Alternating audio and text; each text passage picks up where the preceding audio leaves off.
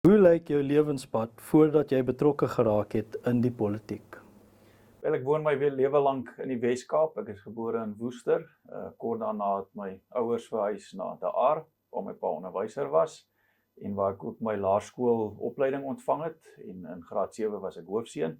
Daarna het ons verhuis na Koelsberg waar my pa munisipale wese ook betree het en daar het ek my hoërskoolopleiding ontvang en was ek 'n matriek ook in Koelsberg hoofseun.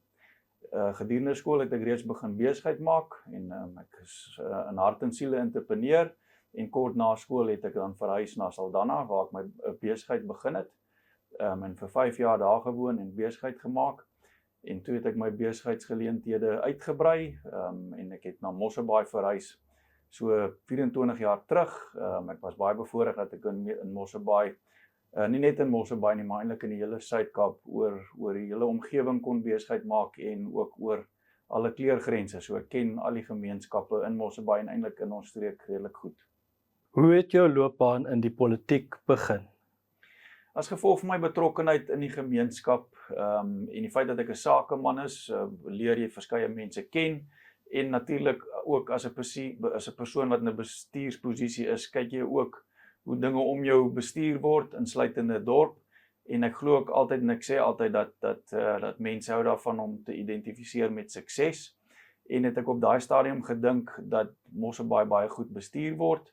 Ek was nie uit die staanspoor polities gedrewe of betrokke nie, maar ja, ek het begin betrokke raak by verskillende gemeenskapsorganisasies in Mosselbaai, en die een ding lei tot die volgende. Dit is ongelukkig so, as jy betrokke raak in gemeenskapsprojekte, dan word jy gewoonlik nog ingetrek, so ek was gevra om ook in die politiek betrokke te raak, en dit was my groot voorreg om dan in 2013 die raad te betree, waar ek met 'n tussenverkiesing gewen het, baie goed gewen, en was ek dan 'n raadslid vir Wijk 8, wat basies die middendorp van Mosselbaai insluit.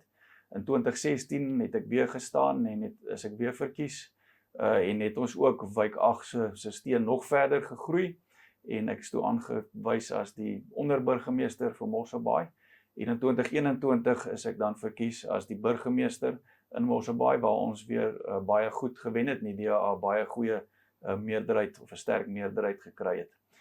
Polities was ek baie bevoorreg om verskeie termyne al as voorsitter en ondervoorsitter te dien, die DA se kiesafdeling bestuur in Mosselbaai. Ek was ook baie bevoorreg om vir 'n termyn die streekse raadslede vir die DA op 'n federale vlak of binne die federale raad van die DA te verteenwoordig. En dan is dit ook my voorreg dat ek vir die laaste 4 termyne, wat basies 12 jaar is, kon ek ook dan die streek dien as streeksvoorsitter van finansies vir die DA. As raadslid, wat het jy gedoen om jouself te verbeter en voor te berei vir jou rol as burgemeester? Wel, ek het effektief net matriek gehad en ek was 'n entrepreneur in Mosselbaai dan.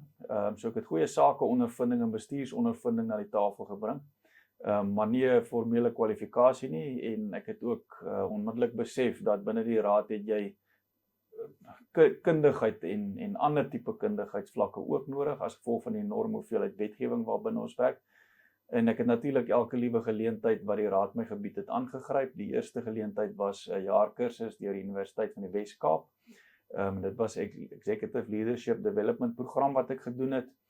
En daarna het ek vir 'n hele klompie jaar elke liewe module wat aangebied was, wat 'n raadslid kon doen, het ek gedoen. Dit sluit in verskeie regsmodules deur Nelson Mandela Universiteit. Ek het verskillende kommunikasie modules gedoen van hulle deur Wits Universiteit, en dan het ek ook deur die Stellenbosch Universiteit het ek verskeie middelmanagement kursusse gedoen, en was ek ook bevoorreg om my minimum competencies te doen. Dit is basies 'n program wat aangebied word, 24 modules deur Tesourie, en dit is ook een van die kwalifiserende kriteria vir enige senior bestuursbeampte binne 'n munisipaliteit. So daai 24 modules deur Tesourie het ek alles gedoen, en toe het een van my vriende, direkteur Edward Jantjies, hy was op daai stadium 'n direkteur, het hy my aangemoedig om al hierdie verskillende losstaande modules wat ek gedoen het om dit te formaliseer en het ek dan 'n formele honeursgraad in publieke administrasie gedoen deur Mancosa Universiteit. Hoe balanseer jy burgemeester wees met 'n gesinsman wees? Ek dink is baie belangrik, die voordeel van 'n sakeman of entrepreneur wees, jy leer tyd bestuur, en dit is maar wat ek moet doen in my eie lewe ook, want ek het nog in die agtergrond my besigheidsbelange wat aangaan, en ek is baie bevoorreg om baie goeie bestuurders en mense om my te hê wat my daar help, en dan het mens natuurlik jou werkslewe, en ek dink om 'n politikus te wees vereis wel meer as 'n sakeman, want jy moet gedurig deur verantwoording doen aan die publiek, en jy moet gesien word deur die publiek, en jy moet teenwoordig wees, en dan natuurlik jou gesinslewe, jou persoonlike lewe. So eerstens tydsbestuur baie belangrik, en ek raak al hoe meer streng op tydsbestuur. Jy moet definitief grense hê. So ek allokeer spesifieke tye saans wat ek al my boodskappe, byvoorbeeld sosiale media en WhatsApp boodskappe wat ek nie deur die dag kon hanteer het, doen ek vir 'n spesifieke tydsduur deur die aand, en dan maak ek seker dat ek my foon neersit en tyd aan my vrou spandeer. Ek is baie trots op my seun. Op hierdie stadium is hy besig met sy meestersgraad in molekulêre studies, mediese molekulêre studies aan Universiteit Stellenbosch. So wanneer ek in die Kaap moet wees, dan vat ek my vrou saam, en ek probeer haar, wanneer ek rondbeweeg ook na baie funksies, vat ek haar ook saam, sodat sy nie alleen by die huis is nie, en sodoende dan wel tyd saam met my spandeer. Dit is natuurlik 'n uitdaging, so mens moet baie gedissiplineerd wees. Ek staan vroeg op, ek werk redelik laat. Vroegoggend is my persoonlike tyd, en spandeer ek 'n uur of 3 aan my besigheid voordat ek werk toe gaan, as ek teen 'n spesifieke tyd by die werk, by die munisipaliteit, en dan natuurlik baie dae het jy ook maar baie keer in die aand funksies en so dit is wel so dat dit, maar ek gaan nie sê dis sonder uitdagings nie, en ek doen ekstra moeite om wel kwaliteit tyd aan my vrou en my seun ook te spandeer. Wat is jou passies en stokperdjies? Ek is baie bevoorreg, ek het 'n breë belangstelling, ek is energiek, ek is sportief, ek is 'n skepende persoon, ek is ook 'n baie tegniese persoon, so dit gee my groot vreugde om in my werkswinkel te wees, waar ek het byvoorbeeld alles in my huis self gemaak, my huis self bou. So aan die een kant is ek skepend en geniet ek dit baie. En dan is my lekker om tyd saam met my mense om my geliefdes, my familie en veral my gesin te spandeer. So ek het Sondag het ek spesifieke roetine, ek gaan kuier by my ma, ek gaan kuier by my skoonouers, as ek klaar geoefen het.